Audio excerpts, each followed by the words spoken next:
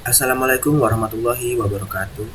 Perkenalkan, nama saya M. Fajar Setiawan dengan NPM 243510079. Video kali ini saya buat bertujuan untuk menyelesaikan tugas mata kuliah pemrograman web yang diampu oleh dosen Bapak M. Rizky Fadila STMNG. Yang dimana tugasnya itu adalah saya akan membaca e-book pemrograman web pada chapter 9. Baiklah, langsung saja ke chapter 9-nya.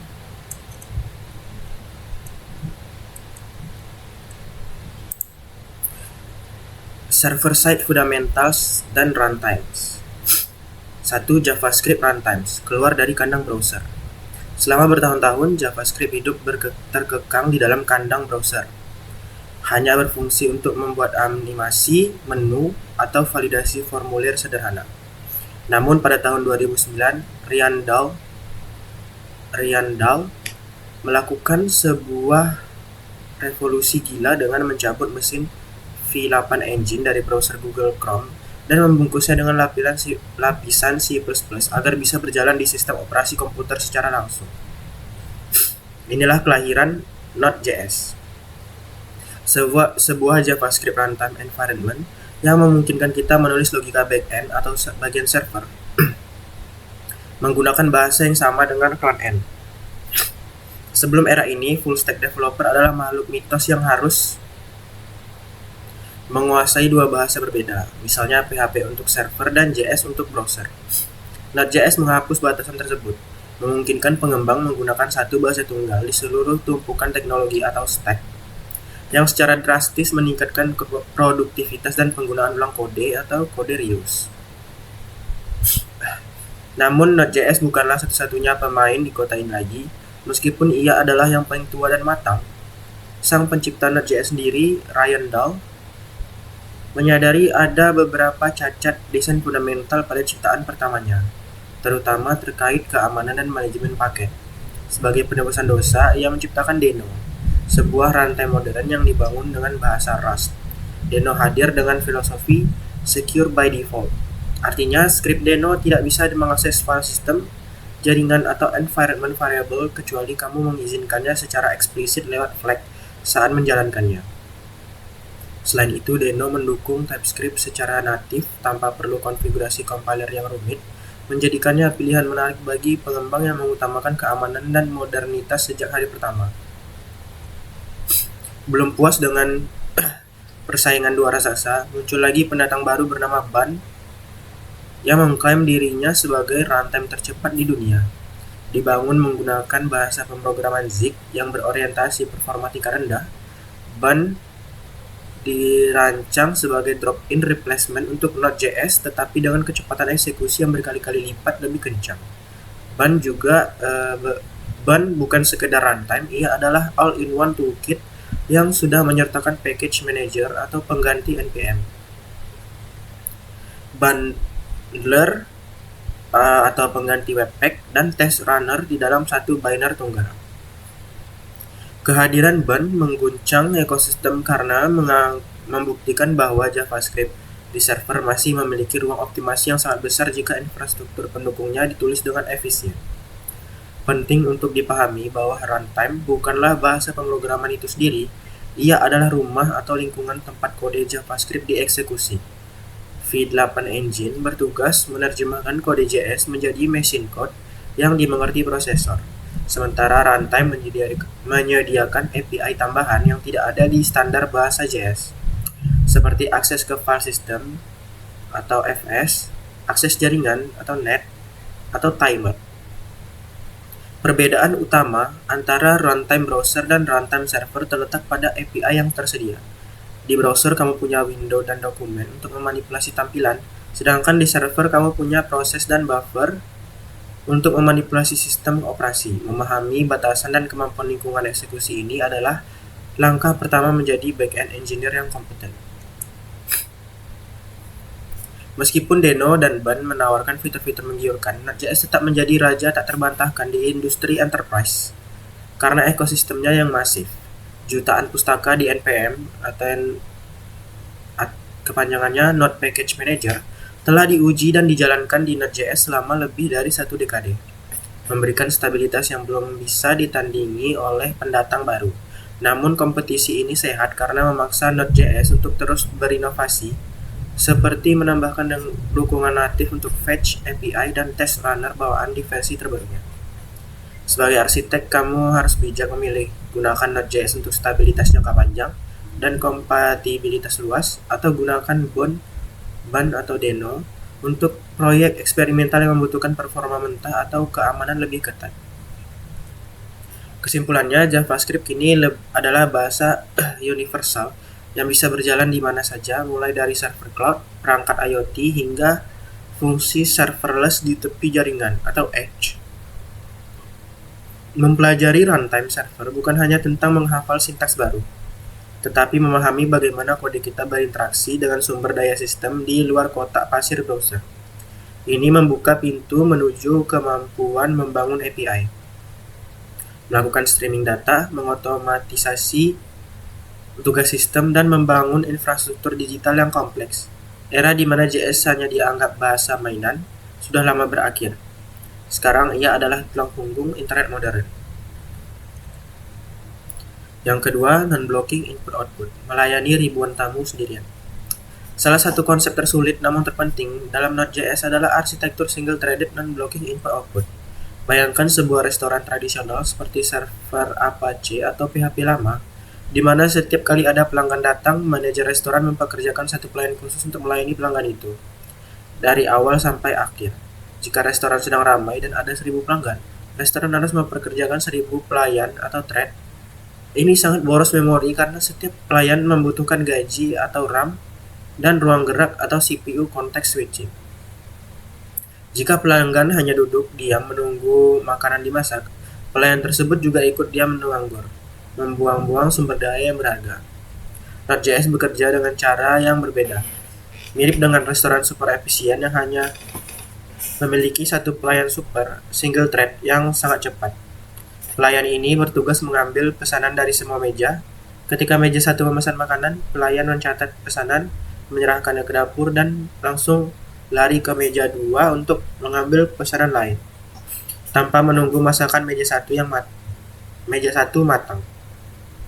Ketika masakan meja 1 siap, koki membunyikan lonceng atau event, dan pelayan akan mengantarkan makanan tersebut saat ia memiliki celah waktu.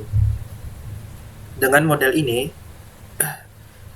pelayan bisa menangani ribuan pelanggan secara bersamaan asalkan tugasnya hanya mencatat dan mengantar, atau input-output bound, bukan memasak atau CPU bound.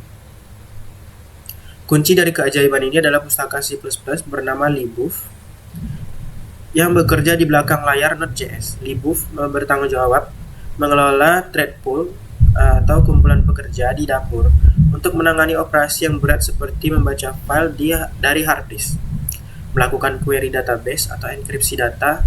Meskipun JavaScript di permukaan berjalan jadi satu utas, tugas-tugas berat input-output sebenarnya didelegasikan ke kernel sistem operasi yang multi-threaded melalui libuf.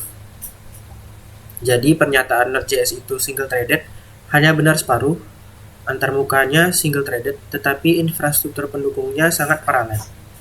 Inilah yang membuat Node.js sangat ringan dan memiliki throughput atau daya tampung yang tinggi untuk aplikasi real-time seperti chatting atau streaming. Namun, arsitektur ini memiliki kelemahan fatal yang disebut blocking the event loop.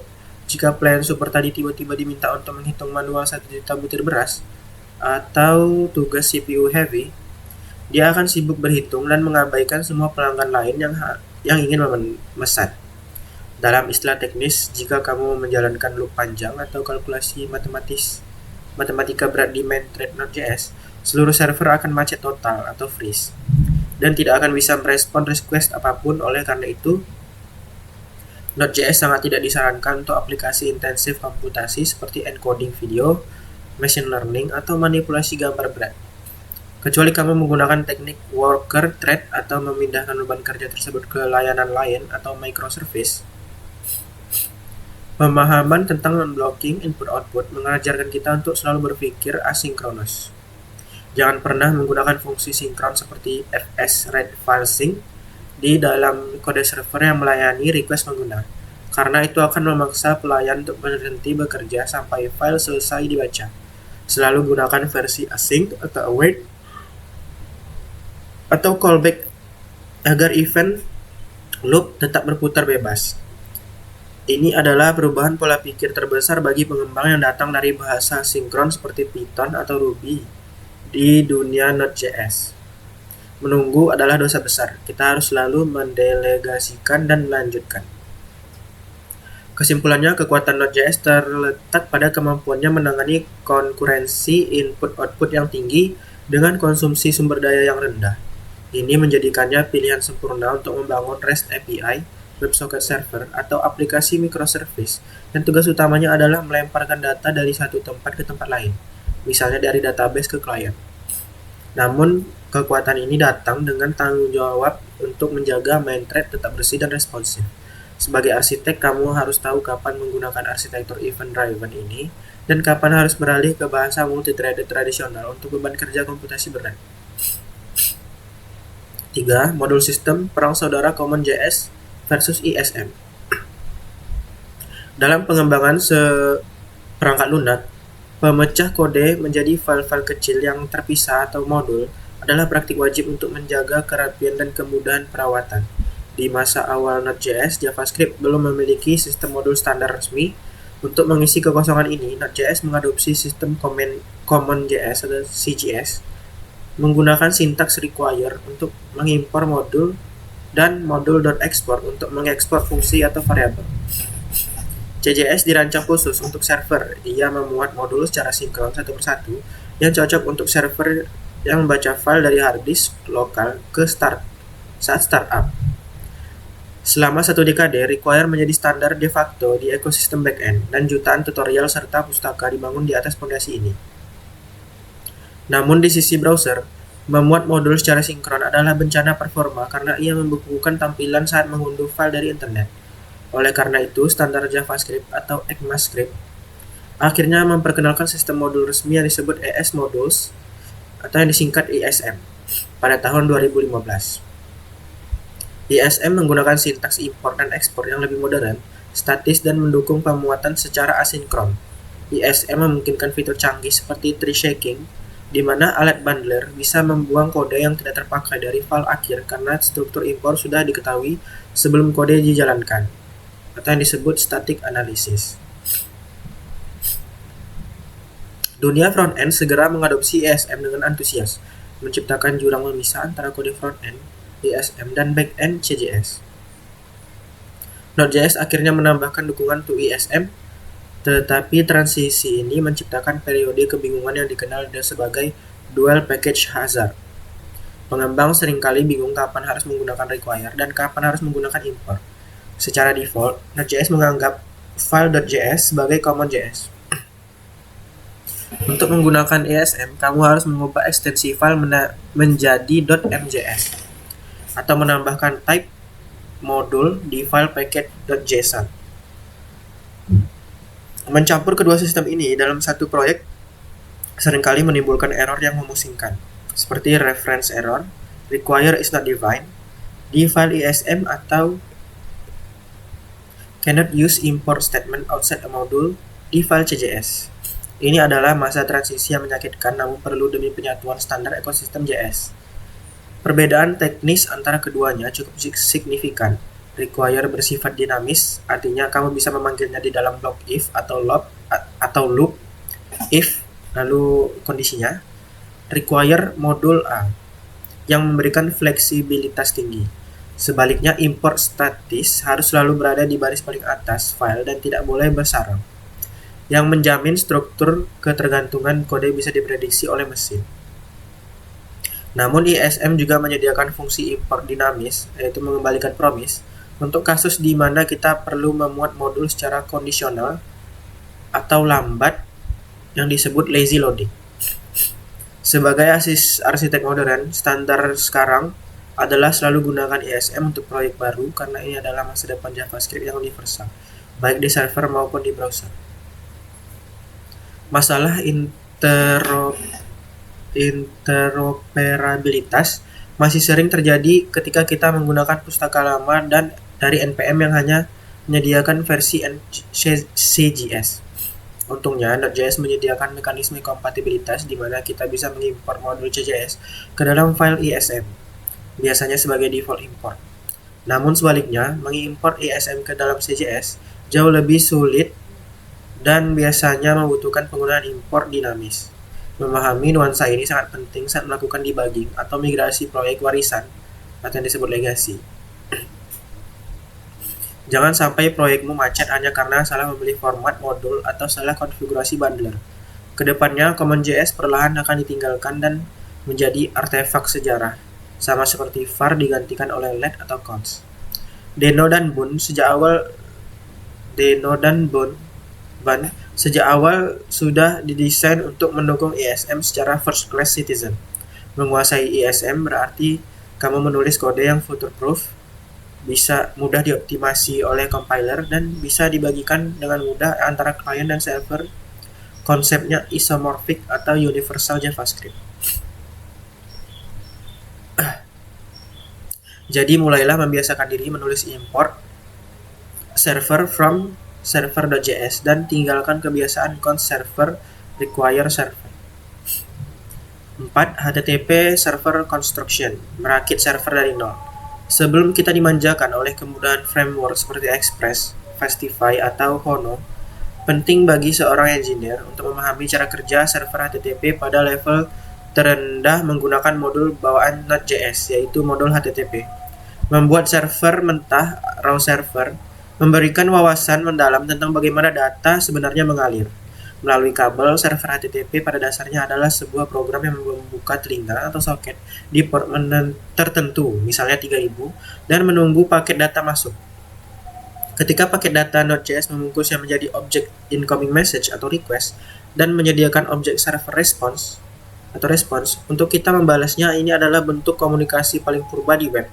Anatomi objek request sangatlah kaya, ia berisi informasi vital seperti URL yang diminta, metode HTTP yaitu get, post, dan lain-lain, dan headers, metadata seperti user agent atau content type. Namun ada satu hal yang sering mengejutkan pemula. Body dari request, data, formulir, atau JSON yang dikirim pengguna tidak datang sekaligus dalam satu paket utuh, karena sifat jaringan yang berpotensi lambat atau terputus. Dan data body dikirim dalam bentuk potongan-potongan kecil yang disebut chunks atau streams. Di server mentah, kita harus mendengarkan event data untuk mengumpulkan potongan-potongan ini, menyatukan kembali menjadi string atau buffer yang utuh saat server end terjadi. Ini mengajarkan kita bahwa data di internet itu cair dan mengalir, bukan benda padat statis. Di satu sisi lain, objek response adalah kanvas kosong tempat kita melukis jawaban untuk klien. Kita wajib menentukan status code, misalnya 200 untuk OK, 404 untuk not found, dan menulis respon header sebelum kita mengirimkan isi data. Header sangat krusial karena memberitahu browser cara memperlakukan data yang kita kirim. Apakah ini teks biasa, atau teks atau plain, data JSON, application atau JSON, atau halaman HTML atau teks HTML. Kesalahan dalam mengatur content type bisa menyebabkan browser menampilkan kode JSON mentah alih-alih memprosesnya, atau gagal merender halaman web dengan benar. Di server mentah, semua ini harus dilakukan secara manual, baris demi baris, memberikan apresiasi mendalam terhadap kompleksitas protokol HTTP. Salah satu tantangan terbesar membuat server mentah adalah routing. Kita harus menulis logika if-else atau switch case manual untuk mengecek URL dan metode request. Misalnya, if rec URL sama dengan login dan and rec.method sama dengan post. Semakin banyak rute yang aplikasi miliki, kode ini akan berubah menjadi spaghetti code, raksasa yang sulit dirawat. Belum lagi urusan memparsing parameter URL, user ID 123 atau path variable user 123, yang semuanya harus dibedah manual menggunakan manipulasi string atau modul URL. Inilah alasan utama mengapa framework diciptakan untuk mengabstraksi kerumitan routing dan parsing ini menjadi API yang bersih dan mudah dibaca. Meskipun jarang digunakan di produksi modern, latihan membuat server raw dengan http.create_server adalah ritus peralihan wajib. Ini menghilangkan sihir dari backend development. Kamu jadi paham bahwa res.json di Express sebenarnya hanyalah pembungkus yang secara otomatis mengatur header, content type, dan melakukan json.stringify. Kamu juga paham bahwa framework tidak bisa mengubah hukum fisika HTTP. Mereka hanya menyederhanakan antarmukanya. Pemahaman low level ini sangat berguna saat kamu perlu melakukan debugging performa, mengimplementasikan fitur streaming file besar, atau membangun server custom yang sangat ringan tanpa ketergantungan eksternal. Terakhir, konsep stream dan buffers yang kita sentuh di sini adalah fondasi dari efisiensi.js. Buffer adalah area memori sementara yang menampung data binder mentah, sedangkan stream adalah pipa penyalur data dengan menggunakan .pipe. Kita bisa menyambungkan aliran data request langsung ke aliran file di hard disk, memungkinkan server menerima upload file berukuran 10 GB tanpa perlu membuat seluruh file ke dalam RAM 10 GB. Kemampuan menangani data secara efisien inilah yang membuat Node.js unggul. Jadi jangan remehkan modul HTTP bawaan, ia adalah fondasi beton di bawah gedung pencakar langit aplikasimu. Yang kelima, middleware pattern. Jalur perakitan otomatis. Setelah merasakan susahnya mengelola logika server secara manual, kita masuk ke konsep arsitektural yang diadopsi oleh hampir semua framework web modern seperti Express, Koa, Nest.js, atau Hono. Middleware pattern. Konsep ini mengibaratkan pemrosesan request seperti sebuah jalur perakitan pabrik yang disebut assembly line. Sebuah request masuk di satu ujung lalu melewati serangkaian pos pemeriksaan atau stasiun kerja yang disebut middleware secara berurutan, sebelum akhirnya respon dikirim keluar di ujung lainnya. Setiap middleware memiliki kesempatan untuk memeriksa request, memodifikasinya, melakukan aksi sampingan seperti logging, atau bahkan menghentikan proses sepenuhnya jika ada masalah seperti autentikasi gagal. Tanda tangan atau signature fungsi middleware standar biasanya terdiri dari 3 parameter: rect, rest, dan next. Parameter rect dan rest adalah objek request dan response yang sama yang dioper-oper dari satu middleware ke middleware berikutnya. Parameter sakti next adalah sebuah fungsi yang jika dipanggil akan menyuruh sistem untuk lanjut ke middleware berikutnya dalam antrian. Jika sebuah middleware lupa memanggil next dan juga tidak mengirim respon balik ke klien atau rest.send, maka request tersebut akan menggantung, hanging selamanya.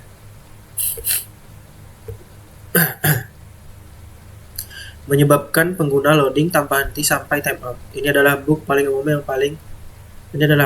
paling umum yang dilakukan pemula dalam arsitektur middleware. Kekuatan utama pola ini adalah separation of concern, atau disebut pemisahan kepentingan. Kita bisa menulis middleware kecil yang spesifik untuk satu tugas, misalnya logger middleware untuk mencatat jam akses, course middleware untuk mengatur izin akses lintas domain, out middleware untuk mengecek token login, dan body parse middleware untuk memparsing JSON. Middleware ini kemudian bisa dipasang secara global atau berlaku untuk semua root atau spesifik untuk root tertentu. Dengan cara ini, kode controller utama kita, yang disebut logika bisnis, tetap bersih dan fokus hanya pada mengelola data, tidak terbebani oleh urusan validasi teknis yang terulang-ulang. Konsep lain yang penting dalam middleware adalah eksekusi atau disebut order matters. Middleware dijalankan persis sesuai urutan pendaftarannya di kode. Jika kamu memasang out middleware sebelum body parser, maka out middleware tidak akan bisa membaca body request karena belum diparsing. Atau jika kamu menaruh middleware penanganan error di paling atas, ia tidak akan bisa menangkap error yang terjadi di bawahnya. Memahami aliran ini sangat krusial. Pola ini sering disebut onion architecture atau arsitektur bawang di beberapa framework seperti Koa, di mana request menembus lapisan bawang ke dalam dan respons menembus lapisan bawang keluar. memungkinkan middleware melakukan aksi sebelum dan sesudah pemrosesan utama. Middleware juga merupakan tempat terbaik untuk menerapkan global error handling. Alih-alih menulis blok try-catch di setiap fungsi controller, kita bisa membiarkan error meledak dan mengalir ke middleware khusus penanganan error yang biasanya dipasang di paling ujung antrian. Middleware ini yang biasanya punya 4 parameter, yaitu error, request, response, dan next, bertugas untuk menangkap semua kecelakaan yang terjadi di hulu, memformat pesan error yang rapi untuk klien, dan mencatat log error teknis untuk developer. Ini menjamin bahwa tidak peduli seberapa parah error di kodemu, server tidak akan crash dan klien akan selalu menerima respon JSON yang valid. Kesimpulannya, middleware pattern adalah implementasi nyata dari pola desain change of responsibility. Ia mengubah proses penanganan request yang monolitik dan rumit menjadi rangkaian fungsi-fungsi kecil yang modular dan mudah diuji. Sebagai arsitek web, kemampuan merancang rantai middleware yang efisien dan aman akan menentukan seberapa tangguh dan mudah dipelihara server aplikasimu. Jangan menumpuk semua logika di satu tempat, pecahlah menjadi pos-pos pemeriksaan yang cerdas. 6. Integrasi keislaman, fikih batin dan pelayanan umat. Dalam arsitektur aplikasi, backend adalah analogi teknologi yang sempurna untuk alam batin yang disebut spiritualitas manusia. Pengguna hanya bisa melihat front-end atau zahir atau amal lahiriah, tetapi kualitas, kecepatan, dan kebenaran dari tampilan tersebut sepenuhnya ditentukan oleh apa yang terjadi di back-end atau yang disebut batin atau hati. Jika server back-end lambat atau korup, tampilan front-end seindah apapun tidak akan berguna. Ini mengingatkan kita pada hadis Rasulullah SAW. Sesungguhnya Allah tidak melihat kepada rupa dan harta kalian, tetapi Allah melihat kepada hati dan amal kalian. Hadis riwayat Muslim. Membangun backend yang tangguh, aman, dan efisien adalah latihan spiritual untuk memperbaiki apa yang tersembunyi. Memastikan bahwa mesin di balik layar kehidupan kita, yang disebut niat dan keikhlasan, berjalan lurus bukan sekedar memoles pencitraan luar. Konsep non-blocking input-output dan kemampuan .js melayani ribuan request secara konkuren mengajarkan kita tentang etos kerja khidmah, pelayanan, dan keberkahan waktu. Server yang blocking atau macet saat menangani satu tugas adalah server yang egois. Sebaliknya, server non-blocking adalah pelayan yang sigap. Ia tidak membiarkan satu urusan menghalangi urusan lain, mampu merespon banyak kebutuhan umat secara simultan dan dengan manajemen waktu yang efisien. Ini mencerminkan karakter seseorang mukmin yang produktif, yang mampu menyeimbangkan hablum minallah dan hablum minannas tanpa saling meniadakan. Bagaimana firman Allah, apabila kamu telah selesai atau dari satu urusan, maka kerjakanlah dengan sungguh-sungguh urusan yang lain. Quran Surat Al-Insyirah ayat 7. Pola desain middleware adalah manifestasi teknis dari konsep tazkiyatun nafs yang disebut penyucian jiwa dan muraqabah yang disebut tazkiyatun nafs yang berarti penyucian jiwa dan muraqabah yang berarti merasa diawasi. Sebelum sebuah request yang disebut contohnya input atau stimulus diizinkan masuk ke logika bisnis utama di dalam hati atau tindakan, ia harus melewati serangkaian lapisan filter. Logger, contohnya pencatatan amal oleh malaikat. Out, contohnya verifikasi niat. Dan validator, contohnya cek kehalalan. Middleware bertugas menolak sampah atau input berbahaya di pintu gerbang agar tidak meracuni sistem inti. Demikian pula, manusia harus memiliki middleware berupa takwa dan wara' yang memfilter setiap makanan, informasi, dan hawa nafsu sebelum masuk ke dalam hati dan menjadi darah daging atau tindakan. Sistem modul, contohnya CommonJS atau ISM, mengajarkan kita tentang amal jama'i, yang artinya kerja kolektif, dan pentingnya sanad, yang artinya rangkaian ilmu. Dalam backend, tidak ada satu file pun yang bisa bekerja sendirian. kita mengimpor modul FS, HTTP, atau library pihak ketiga. Ini mengajarkan kerendahan hati bahwa kita tidak bisa hidup sendiri, yang disebut individualis. Kita membutuhkan orang lain, contohnya modul lain, untuk melengkapi kekurangan kita. Selain itu, menggunakan package yang terpercaya mirip dengan menjaga standar keilmuan. Kita harus memastikan bahwa sumber ilmu atau kode yang kita impor ke dalam hidup kita berasal dari sumber yang valid, aman, dan tidak menyusupkan keburukan atau malware dan syubhat.